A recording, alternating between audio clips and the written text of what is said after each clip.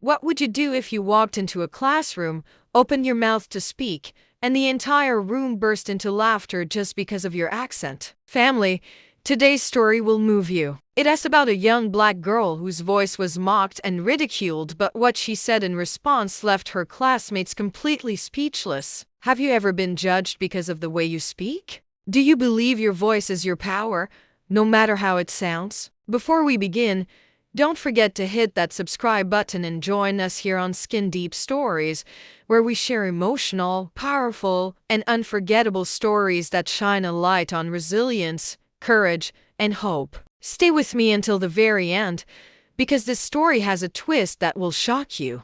Amara had just moved with her family from Nigeria to the United States. She was 14 years old, shy, and trying to adjust to a new school, new culture, and new life. Her very first day in class, the teacher asked everyone to introduce themselves. When it was Amara's turn, she stood up nervously and said, "Hello, my name is Amara. I'm happy to be here." But before she could finish, giggles spread across the room. A boy in the back whispered loudly, "What did she just say?" Another mocked her pronunciation, exaggerating her words until the whole class erupted in laughter. Amara's face burned. She wanted the ground to swallow her. Even the teacher didn't correct the students, she simply moved on. For days, Amara stayed quiet. She avoided speaking in class, even when she knew the answers. At lunch, she sat alone, hearing the whispers, "That's the girl with the funny accent." But what no one knew was that Amara loved words. Back home, she had won poetry competitions. Her voice, her accent was part of her identity. And one day, it became her weapon. Weeks later, the school announced a speech contest. Students laughed when Amara signed up. What's she going to do, speak gibberish? They sneered. But Amara didn't back down. She practiced for weeks alone in her room, in front of the mirror, with her parents encouraging her. Your voice is your power. Don't let them take it from you. The day of the contest arrived. The auditorium was full. Students, parents, and teachers gathered. When Amara's name was called, whispers spread like wildfire. "Oh, this will be funny."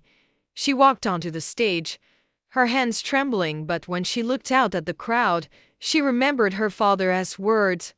"Your accent is proof you can speak more than one language. That's not weakness, it's strength." And then, she began. Her speech was about home, about the beauty of Nigeria, the rhythm of her grandmother's stories, the strength of her mother, and the courage it takes to stand in a new world where your voice is not always welcome. At first, the room was quiet with disbelief. Then, slowly, they leaned in. Her words rolled like music, her accent painting pictures the others had never seen. By the time she finished, there wasn't a sound in the room. Then applause. Loud, rising, unstoppable applause. Some students even had tears in their eyes. The same kids who once mocked her were now standing, clapping, unable to believe the power in the voice they had laughed at. Amara won the contest that day. But more importantly, she won respect. Here's the twist: one of the judges that day was a local radio producer. After the contest, he approached Amara and said,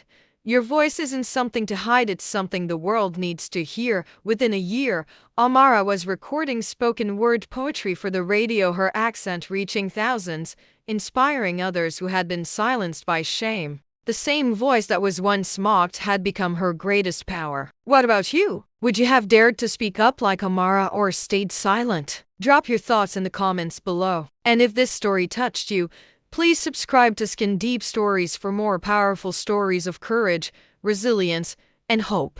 Because sometimes, the very thing people laugh at is the very thing that makes you unforgettable.